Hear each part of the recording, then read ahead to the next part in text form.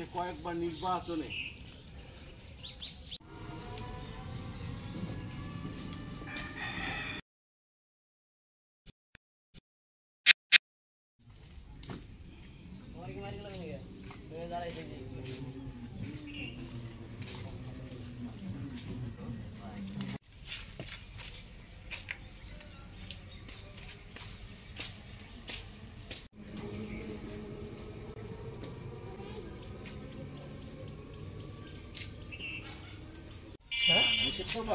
ও কি সে কথা কইছে নাকি? না আমি জিজ্ঞেস প্রশ্ন করলাম। না জিজ্ঞেস করতে আমি তো বললাম কোনো সমস্যা নেই। আরে ভিডিও করে